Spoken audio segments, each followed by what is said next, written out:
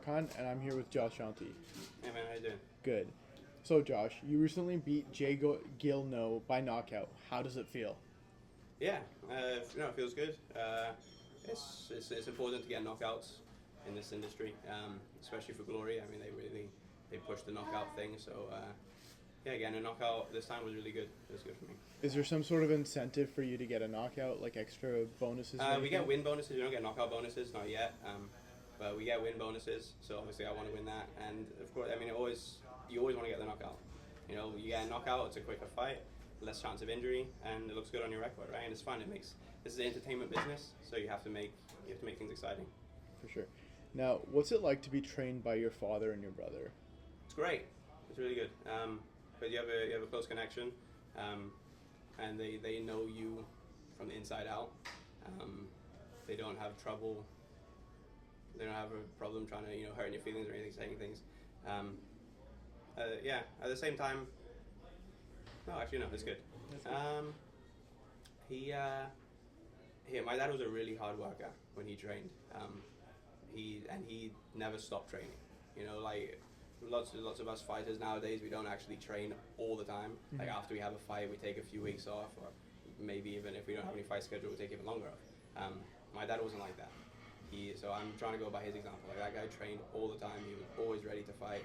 He was so fit, and he still is. Even now to this day, he's still training all the time. He's always fit. So I try to take that by example. I'm not so good at it because I like my rest, and if I'm not fighting, I don't like doing cardio. I hate doing cardio. But yeah, I'm trying to get better at it and staying fit, because that's how this business is that you have to be ready. It's not how people think where you always have 6 weeks to train for your fight. If someone calls in 2 weeks, you got to be ready if it's a good opportunity. So when are you expecting to have your next fight? Well, I could have fought next week. My manager phoned me and said they could get me a fight in Holland next week. But I'm still getting over a cold at the moment. I still got a couple injuries from the fight. Just wasn't good timing, this one. Had I not had the injuries and had I not been sick, I probably would have taken the fight just 2 weeks after my other fight. I don't know. For now, I'm just waiting to see what happens after this. We'll see. So you're also a member of Team Sauer in Holland. What's the training like in Holland over there? Holland's it's a little bit different.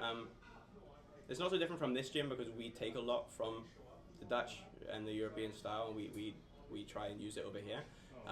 But it is different just with the level. The level is really high over there. So like I don't leave that sparring without a bloody nose, And here it's pretty much the same too, but like the guys there are all fighting at top level. Here I'm the only professional kickboxer at this gym. There I'm almost only training the professionals, and these guys have been fighting for years and have almost hundreds of fights on their records. So yeah. Now, Andy Sauer, who is a former world champion 2 times from K1, is there anything he's been able to pass on to you about competing professionally? He passed on a lot to me, especially like technically and skillfully with kickboxing. He has huge amounts, especially since I was there. I was there for about a year, or nearly a year, training with him. But just with the mentality of training, it's changed me a lot too. Because I think here in North America, we get babied a little bit, and we don't understand what the real kickboxing circuit is like. And like I said before, like you have to be ready all the time. And sometimes if you're injured, you still fight. Like he won a K1 Max tournament, and to win that, you have to fight 3 times in one night. 2 weeks or 3 weeks later, he fought another fight. Which usually most fighters, if they're going to have a tournament fight, they're going to have a couple months rest or at least a month rest. This guy fought another hard fight in Japan just because he had loyalty to that organization. Now at 21, you're touted as one of the most exciting up-and-comers in the sport, and one that a lot of news outlets have dubbed a guy to watch for. So how do you deal with that? It's a little bit surreal right now, so it doesn't. I'm just like, oh, that's cool, I think it'll get a little bit more real when they say, okay, Josh, you're fighting Giorgio Petrosyan or something. When you're fighting a guy that I've heard of and that I think is just an amazing fighter. When they put me against him, then I'm gonna be like, oh, well, damn, I guess I am there, So for now, it doesn't feel like much. It feels nice. It feels nice to see my name there. Now, being so young and just only 21, right? Is it easy to kind of get caught up in all that hype and just that hype train? I don't know. For some people, I think it is.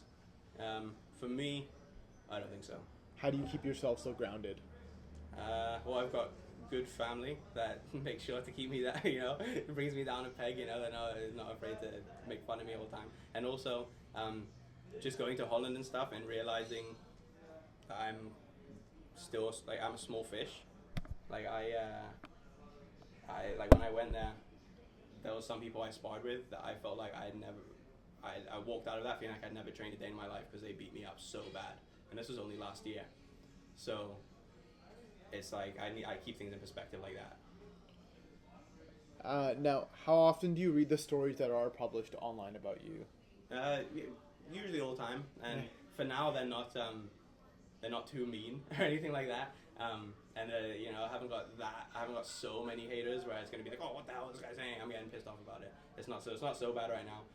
Maybe eventually in the future, if people, if things start getting to the point where they might distract me or piss me off or something, maybe I'll stop reading them. I'll let my brother do that thing. I mean, usually my brother, he's really good with finding all these things, so he finds things and sends them to me. And there's funny things. There's some things that don't really bother me at all. People, there's some haters. It's like, well, whatever. I mean, these guys like internet dudes who never even stepped in a gym, so whatever. I don't care too much. Now, in your first fight in Glory, you fought Warren Stevelman, who has over 80 fights underneath his belt. So what was that kind of like when you got that call? That was pretty freaky, although I had, for some reason, that matchup had been mentioned a few times just throughout that year while I was in Holland.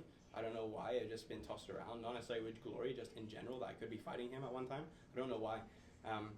But so I was sort of prepared for it, but at the same time I was worried because he was a guy that I had been watching fighting since I was a little kid, and he's a great fighter. I mean, he qualified for K1 tournaments. He beat lots of guys in K1. He's an amazing fighter. Like, was it like a year ago when I was in Holland, I took a picture with him as a fan of his, and then a year later I had to fight him. So beating him, yeah, if you could see in the video, I was crying my eyes out after I won, and I've never done that before. What's it like going from idolizing certain guys and then having to go fight them all of a sudden? Yeah, it's cool. It's definitely it's undescribable, really. It's hard to describe that. It's crazy, really crazy. Now, did you have any nerves or any excitement going into that fight? Yeah, I had a bit of doubt. Definitely had a bit of doubt. But I feel like I fight really well when I have doubt in myself. It's great, and it's nice to have confidence and all that. And I still, even when I have doubt, I can't really see myself losing. But I don't know. It's a very strange feeling. But I do fight better when I have doubt. I seem to fight smarter, and I get hit a lot less. And because with a guy like him, if he hits you, you're going down for the most part. And I did. The first round, he dropped me, and I didn't. After that happened, I was like, okay, can't get hit by him again, and I didn't. Now you touched on the fact that your nerves kind of do help you focus. Like, what is it specifically that your nerves are helping you focus on? I don't know.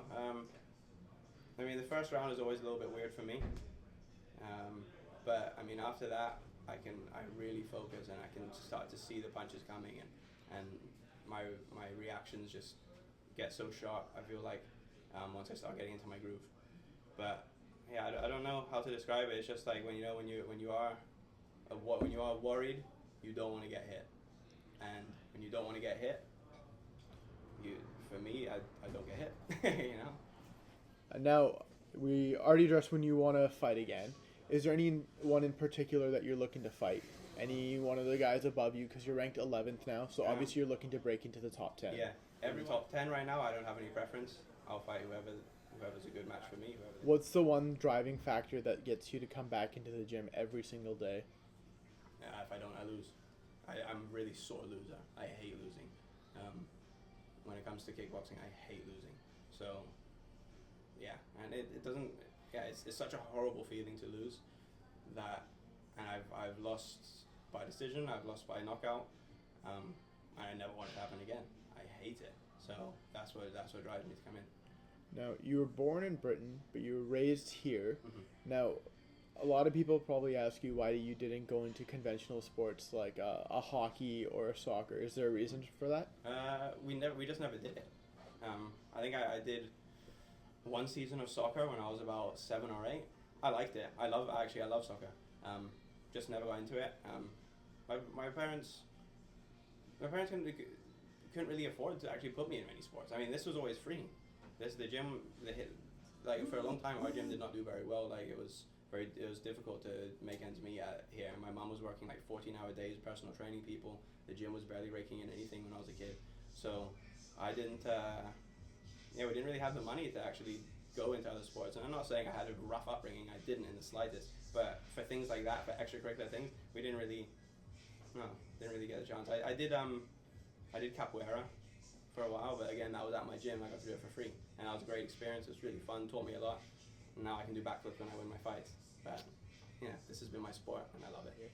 Now, if Glory comes to Vancouver, where do you see yourself fighting on that card? A main card, undercard, or main event? I should be on the main card. I don't see why not. I should definitely be on the main card. I believe after this fight I just had, I will be on main cards from now on. I hope so. I cross my fingers. I think I've made enough of a statement anyways. But main event would be lovely. That'd be great. But there is another Canadian who's a title holder. That's Joseph Altolini. Yeah. He would probably be a main event. And that's I can fight for the title at that time when they choose to. I'm not saying I want to fight for the title right away. We can take our time. I'm 21, like you said, right? But if the fight comes here and they want me to fight for the title, then so be it.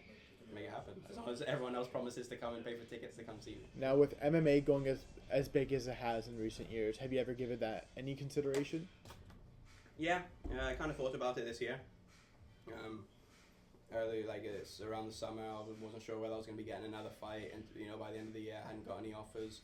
Glory hadn't really contacted me at that point, and when they did, one of their events fell through, so I wasn't really sure what was going on. So I was thinking about taking an MMA fight, possibly working a bit more of the ground game and defense. And then ended up getting called for this fight in Glory 18. So, but yeah, I have thought about it. I'll maybe give it a go eventually. It's not my favorite thing. I don't like the ground game that much. At the same time, I know I have to work it, and it might be fun just to beat up some.